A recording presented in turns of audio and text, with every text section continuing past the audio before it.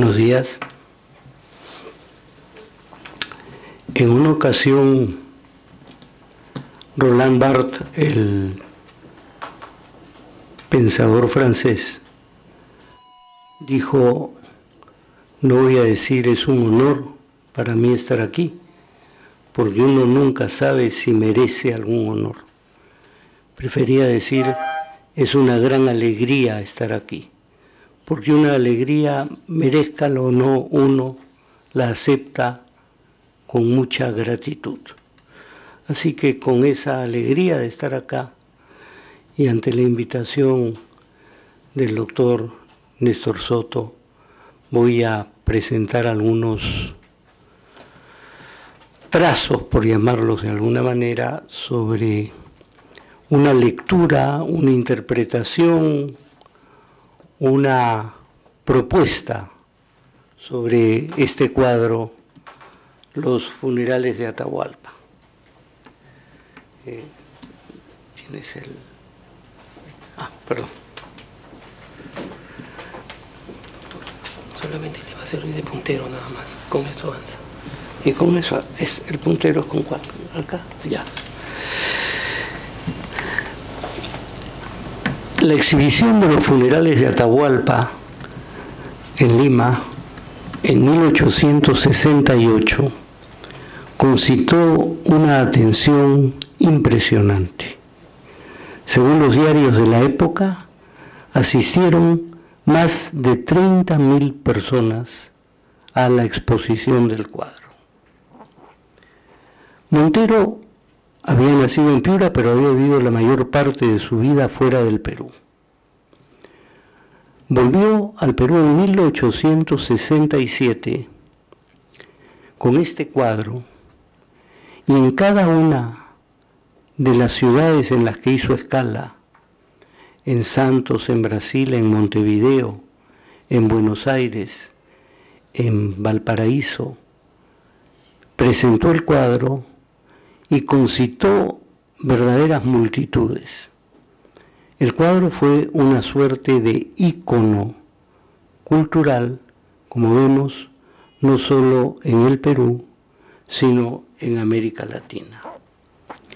Montero se había inspirado en la historia de la conquista del Perú de William Prescott. Es de repente anecdótico decir que Prescott era ciego, y siendo ciego tenía una capacidad descriptiva extraordinaria, y fue esta descripción de los funerales de Atahualpa la que animó a Montero a hacer este cuadro. Es un óleo de gran formato, 3,50 metros de alto por 4,30 metros de alto. Sigue los cánones de su tiempo. Ahora bien, la escena impresiona por su cualidad estética. Es una suerte de estampa inmóvil que no produce la sensación de que se trata de un momento en una sucesión de momentos. Es claro el contraste entre los rostros de los españoles y los rostros de los nativos y sus respectivas actitudes. Los principales conquistadores están ubicados...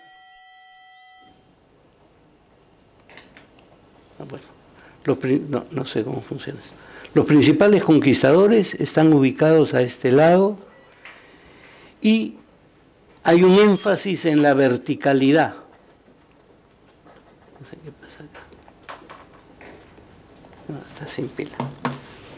Hay un énfasis en la verticalidad, lo cual acentúa la sensación de inmovilidad.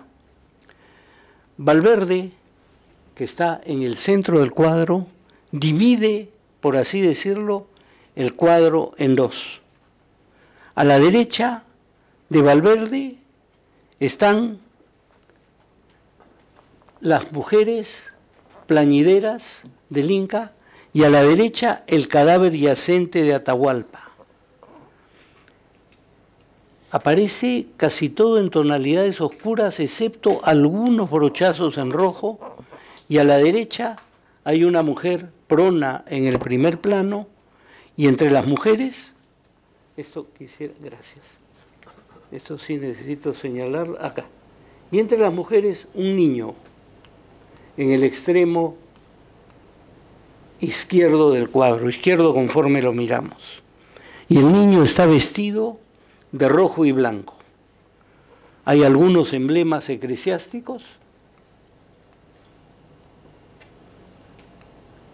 Está fallando. Sí.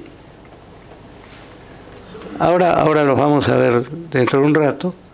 Y la corona refulge sobre una calavera.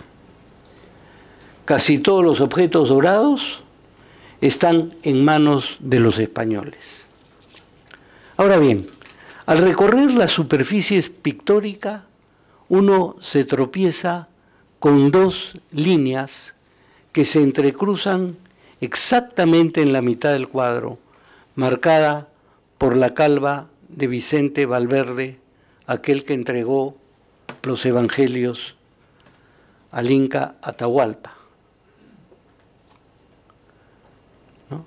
Entonces, el cuadro está dividido en dos mitades. Una de ellas, esta, izquierda y derecha, y otra, arriba y abajo. La línea vertical está resaltada por la columna y la línea horizontal más bien está marcada por el contraste entre la claridad y el colorido de la parte inferior y la oscuridad de la parte superior. Entonces, si atendemos a estas líneas que he señalado, pareciera que se trata esta y esta, pareciera que se trata más que de una composición única, de 4 composiciones conjugadas entre sí. Y vamos a ver. No, esto no. A ver. Esa es la mitad inferior, la mitad superior, la mitad izquierda, la mitad derecha, el cuadrante superior izquierdo, el cuadrante superior derecho. Les decía que esta emblema de misa de difuntos, sin embargo, tiene una resonancia a la piratería, y sobre el cráneo con las tibias cruzadas hay una corona real.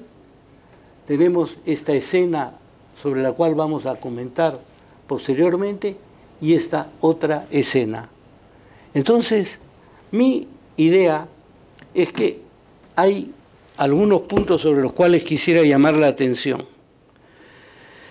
La primera, una disyunción entre lo que en términos pictóricos se llama tema y contenido. El tema son los funerales de Atahualpa, pero el contenido es un hecho capital de la conquista española.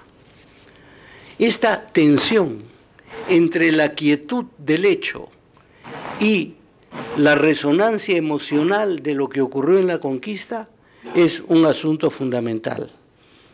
Montero elige un asunto residual de todo el gran tema de la conquista, el entierro del Inca Atahualpa, que además sabemos que su cadáver fue secuestrado y nunca se lo llegó a encontrar.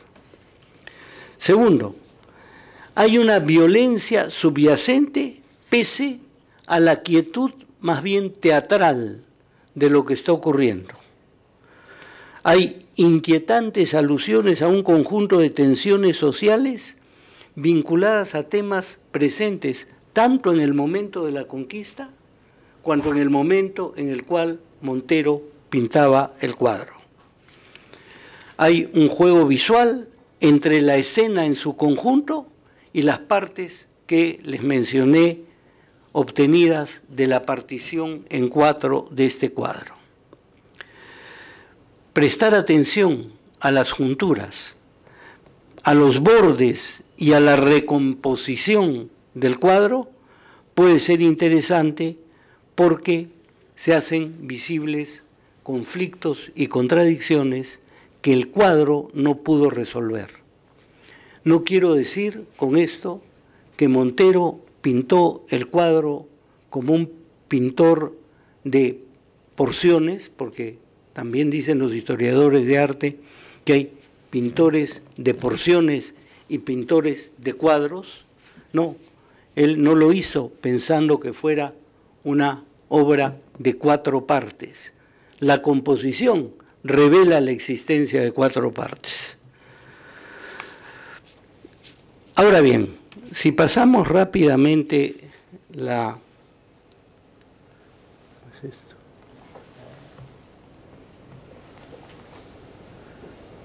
y empezamos acá, en la totalidad, mire, vayamos contrastando.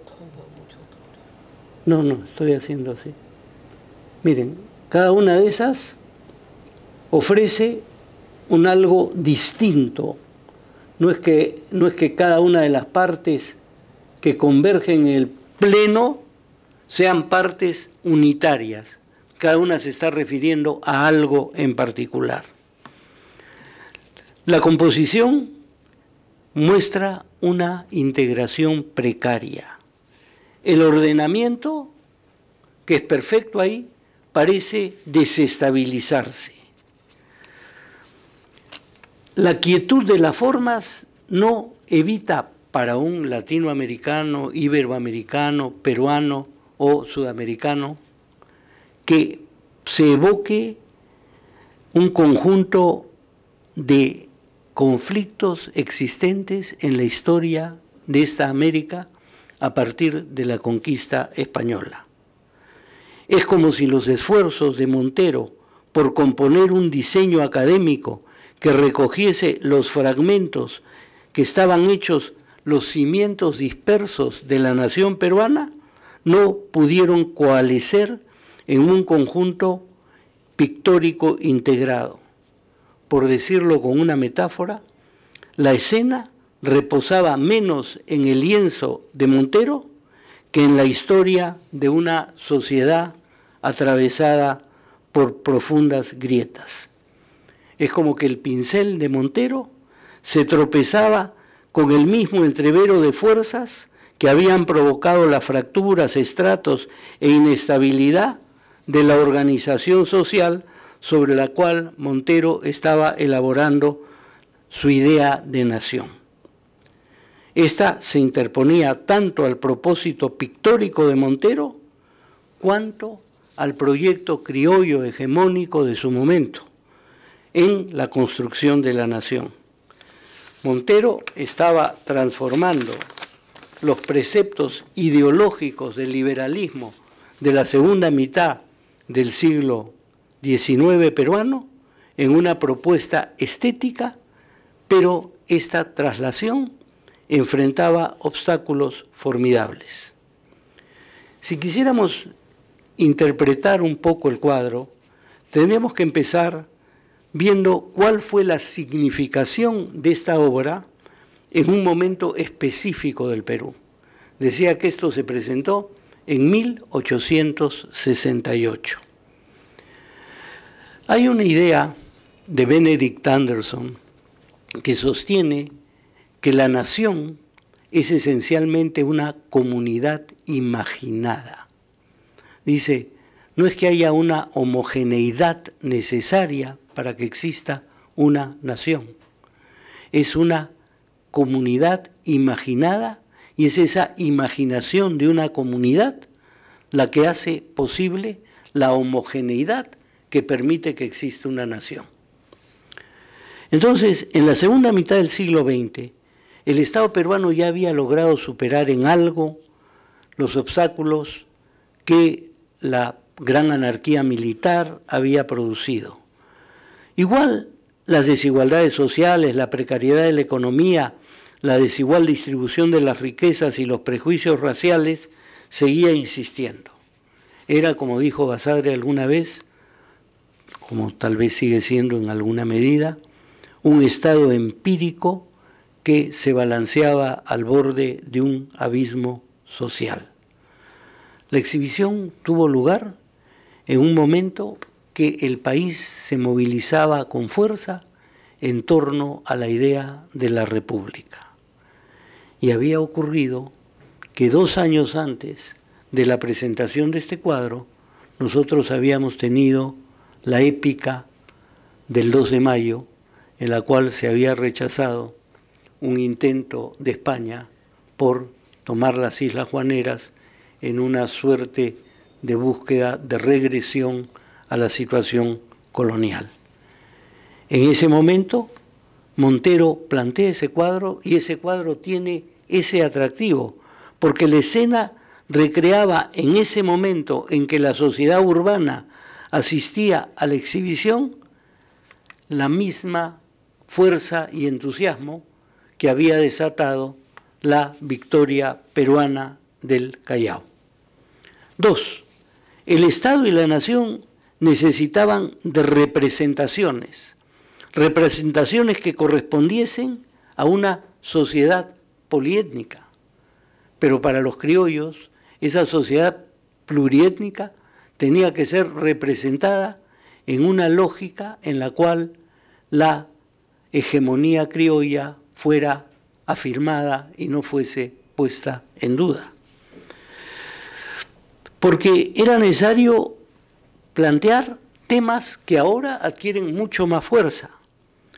Las relaciones no solo entre grupos sociales, sino las relaciones de género, las relaciones interétnicas, es decir, al trasluz de todo eso, los temas de la sexualidad, el deseo y también la identidad y el narcisismo.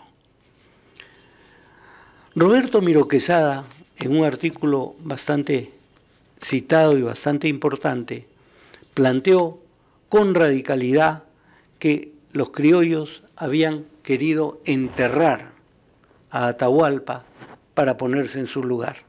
Es una interpretación válida, pero tiene un sesgo muy claramente visible.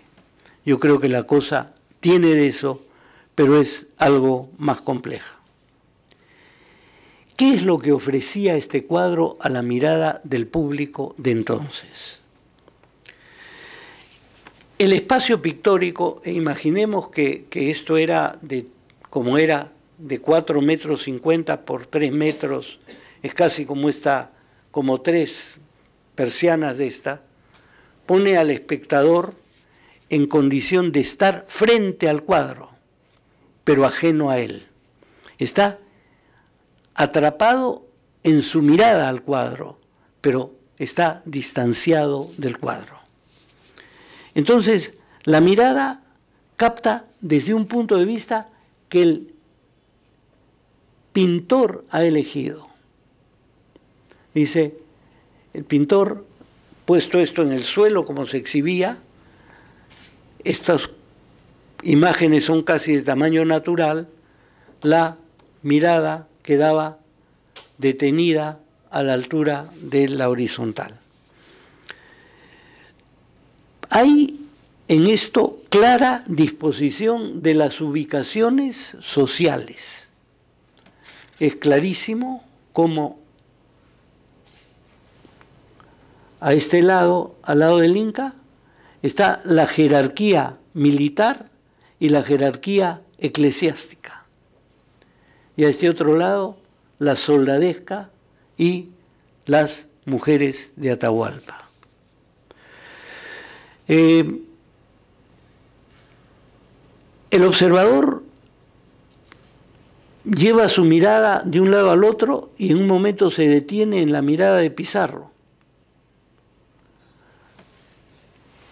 Ahí está Pizarro. Pizarro está vestido de luto riguroso, excepto en sus botas, que tiene un color cuero o color tierra, y lleva su chambergo en la mano, en señal de homenaje al Inca muerto. Se ve con más nitidez.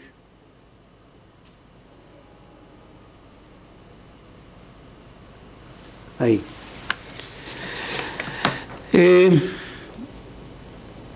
Y la mirada de Pizarro no está mirando al Inca, Atahualpa, que dicho sea de paso, y esto es una anécdota pero cargada de sentido, hay una carta dirigida a Felipe Peset, que en esa época era ya no presidente, su padre, sobre el pintor Montero. Y la carta dice: estos pintores son increíbles. Murió el pobre Tinajeros. Después averiguamos con Patricia del Barco quién era Tinajeros. Tinajeros era el mayordomo de la embajada o legación, como se llamaba así, peruana en Florencia. Entonces parece que este señor Tinajeros, mayordomo de la legación, muere y Montero pide como gracia especial que no lo entierren, sino que lo dejen sobre una mesa durante el tiempo que le tome pintarlo. Es por eso que si vemos la imagen de Atahualpa, no solamente tiene los colores, bueno, eso está funcionando, colores cobrizos, sino también en la cara la lividez de la muerte. La mirada de Pizarro está por encima y se dirige hacia el extremo este del cuadro en una línea horizontal.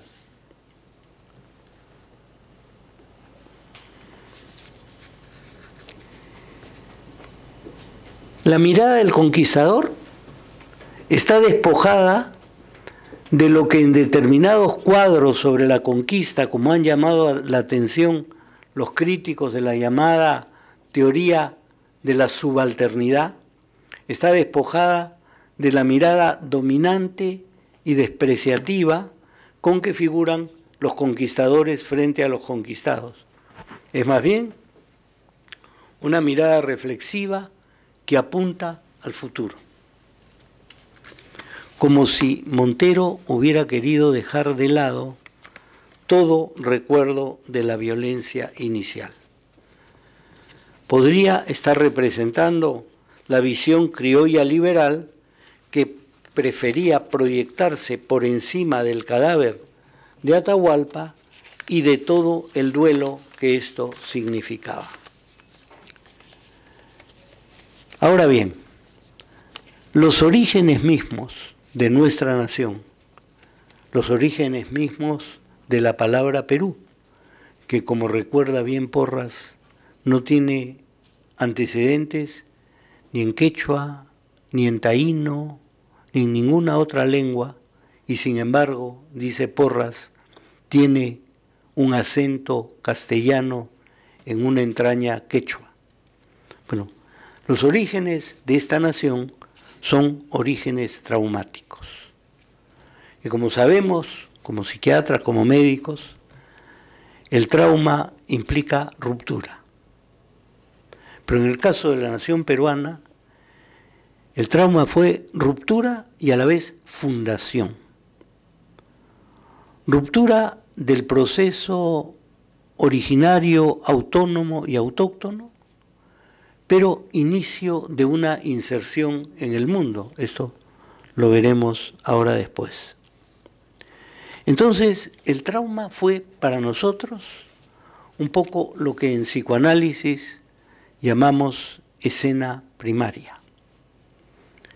Y como he visto que ha venido Saúl, me va a ayudar en su momento con esto.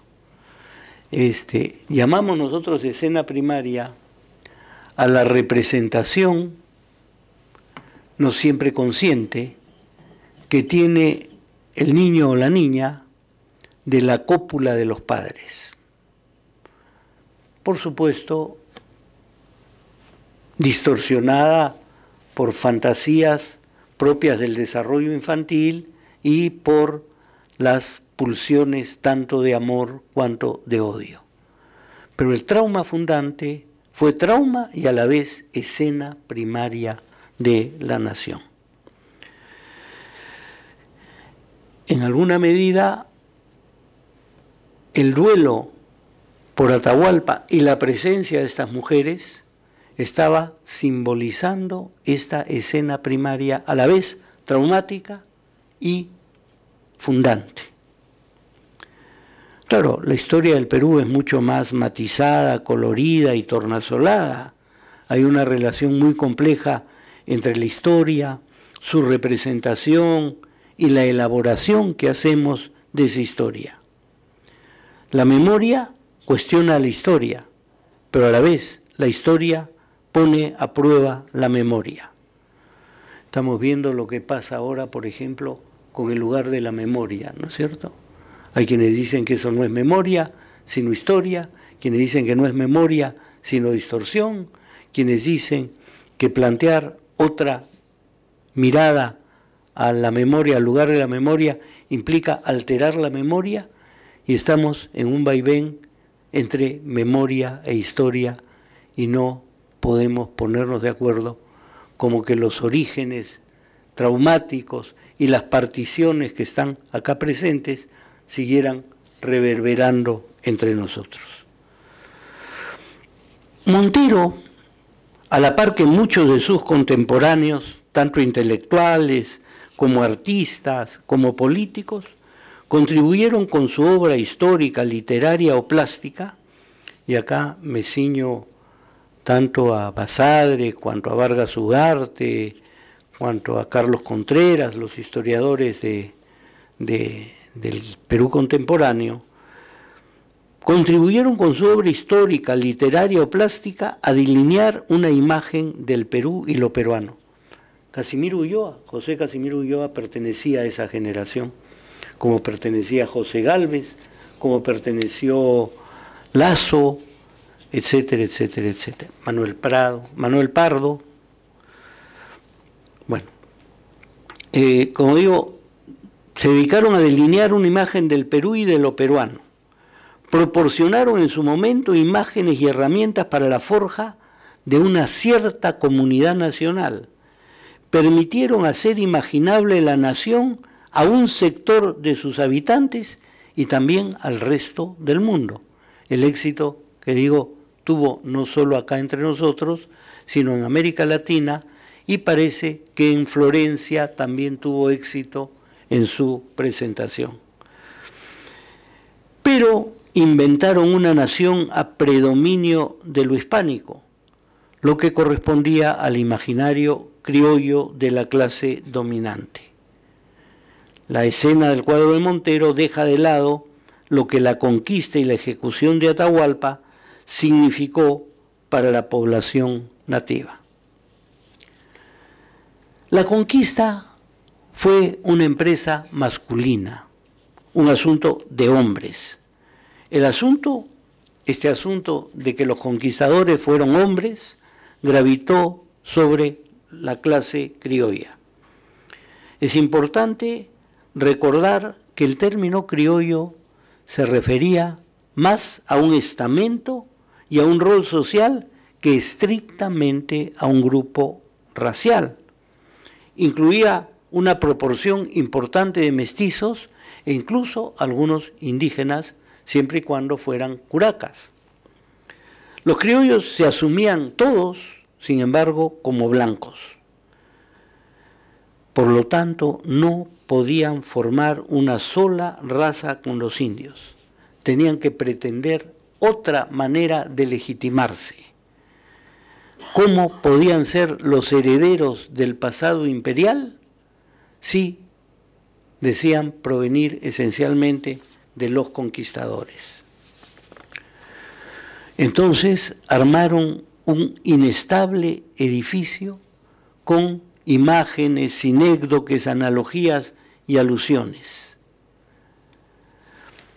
Y vemos claramente cómo las dos mitades, y vamos a poner estas dos, están planteadas por los temas de género, y si vemos estas escenas, algunas de ellas no parecen ser solamente escenas de un duelo, podrían ser escenas eróticas, la presencia de los hombros desnudos, de los pechos, la mano de un conquistador tocándole el pecho a una mujer, y por supuesto Montero, como solían hacer los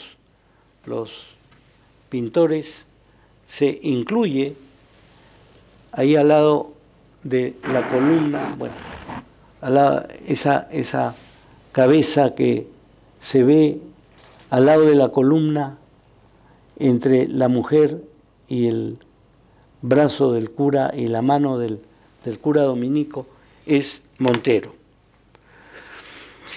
Entonces, veíamos que hay una partición donde la única presencia del otro género no está ni con la jerarquía eclesiástica ni con la jerarquía militar, está con la soldadesca, y la soldadesca está en una actitud que no se sabe si es solo de control político o de posible abuso sexual. En cambio acá tenemos toda la jerarquía y todos están mirando hacia el extremo izquierdo del cuadro.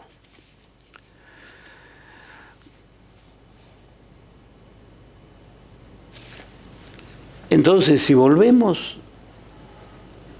a esto, vemos cómo hay dos miradas que no tienen nada que hacer la una con la otra.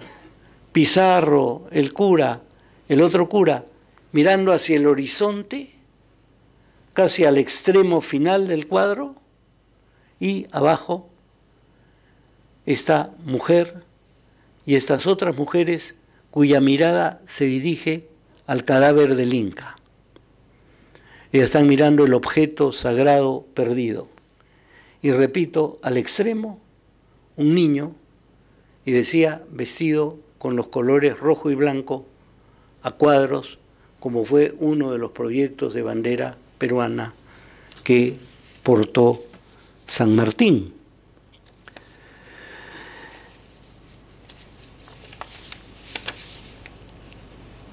En ese momento posterior al triunfo frente a la Armada Española de Vivanco, se produjo lo que llamaron algunos historiadores la nacionalización de la herencia colonial. El mundo criollo recuperó presencia y se asumió como reemplazante de los españoles, los que no tenían nada que hacer acá. Tal vez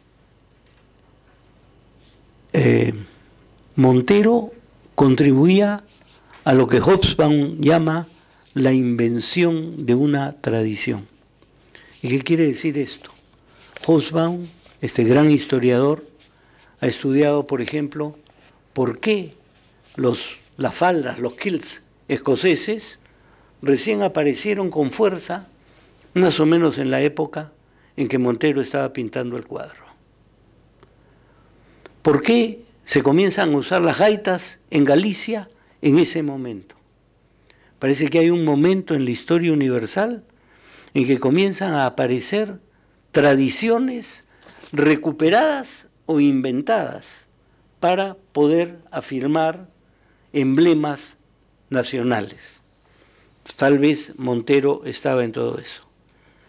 Pero acá hay una idea fuerza que plantea una historiadora y socióloga norteamericana, Doris Sommer.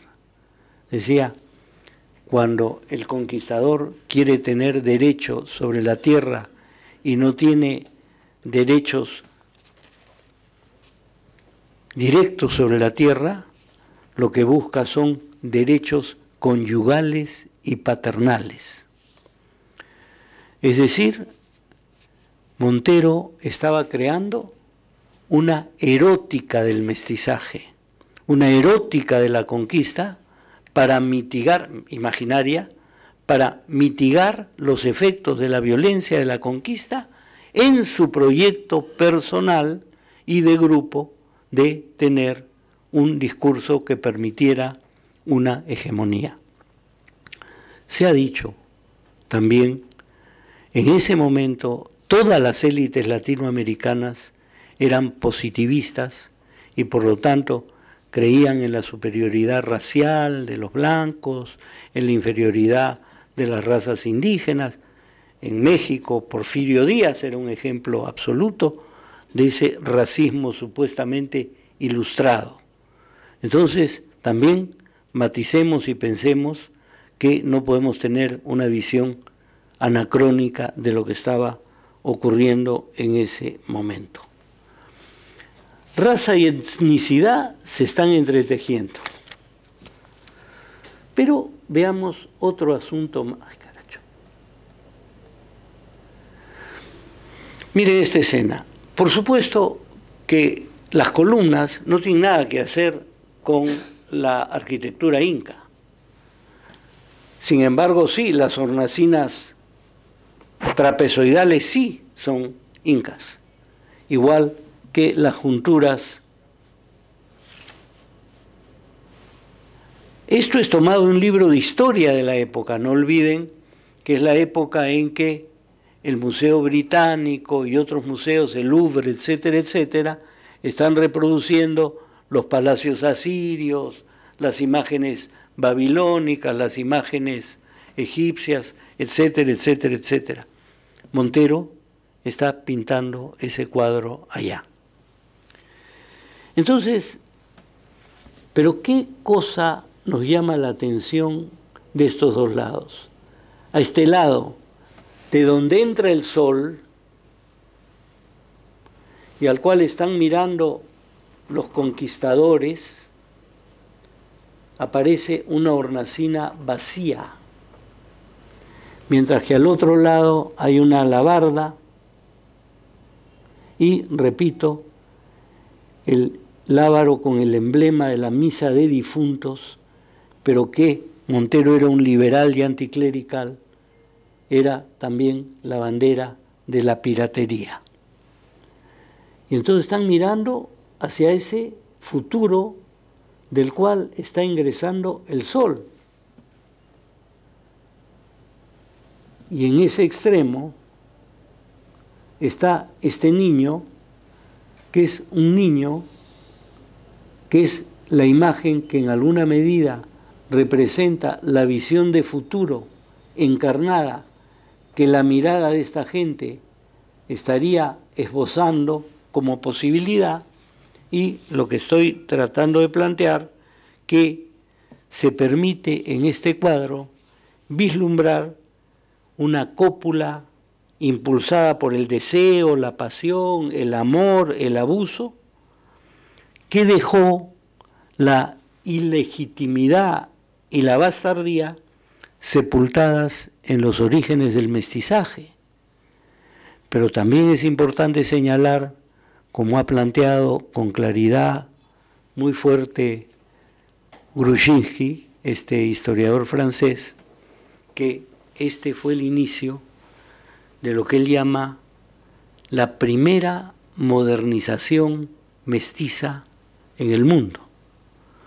La primera globalización mestiza que se inició de esta manera violenta. El próximo año, 1919, se van a cumplir 500 años. Debo tener un afán de inmortalidad con los años, al plantear 500 en vez de 3, que, bueno, lo que plantea Grushinsky es que se inició una modernidad mestiza y que los recuentos de una modernidad muy planteada en la lógica de la ciencia, que plantea que fundamentalmente la reforma protestante, el descubrimiento de América, por supuesto, y los descubrimientos astronómicos de Newton marcaron el inicio de la modernidad. Dice, sí, esa es la modernidad más bien a predominio anglosajón. Dice, sin embargo, dos países marginales ahora, pero poderosos en aquel momento, España y Portugal, al plantear las contradicciones que tenía esos primeros imperios plurirraciales y racistas, defensores de los indios y masacradores de los indios, adecuados a las realidades nuevas e imposiciones del viejo estilo escolástico, que todo eso, dice, va germinando en estos momentos. Y yo digo, hoy día que todos los periódicos nos cuentan del matrimonio del príncipe Harry con la señorita Meghan Markle, alguien no se hubiera podido imaginar que eso hubiera podido pasar en Inglaterra. Es decir, esto que Gruzinski dijo ya hace varios años, los inicios de una modernización mestiza, esto que algunos críticos de arte han llamado la hibridización de la cultura latinoamericana, tuvo tal vez estos orígenes oscuros, violentos, que Montero pretendió cubrir con los pigmentos y coloridos de un cuadro que llama la atención, pero que él mismo no logró plasmar una visión pictórica del proyecto hegemónico criollo. Una última cosa. Teodoro Núñez Ureta era feroz crítico de este cuadro. Decía que era operático, académico, sin brillo y sin vida. Y tiene una frase lapidaria, dice, sus indígenas parecen más bien robustas campesinas toscanas. Es que son robustas campesinas normales, y no son robustas. Montero no tenía dinero, y si uno ve bien, y esto me lo enseñó Patricia del Barco, es la misma mujer retratada en todos los poses. No tenía para pagar 10 modelos, ¿no? La ponía una así, una así, una así, y era una modelo toscana. Entonces, si nosotros planteamos que eso era un puro dato de las constricciones de las posibilidades reales de Montero y la suerte de que pudo ver un cadáver de un peruano de estirpe indígena, han creado un poco este conjunto que yo creo que, a pesar de todas sus particiones, es una obra que vale la pena ver. Un par de anécdotas. Montero aprendió a pintar primero en Piura con un falsificador preso. Su padre trabajaba en la prefectura y consiguió la gollería de que su hijo, que tenía afición por la pintura, pudiera entrar a la cárcel, aprender a pintar con este señor que era un falsificador de billetes. Segundo, tuvo la suerte de que los funerales de Atahualpa figurasen en los billetes peruanos, ustedes se recordarán. Tercero, el cuadro fue llevado a Chile y fue posteriormente devuelto. Pero la familia de Montero, parte importante de ella, se quedó en Chile, y Montero tiene una descendencia chilena y una descendencia peruana.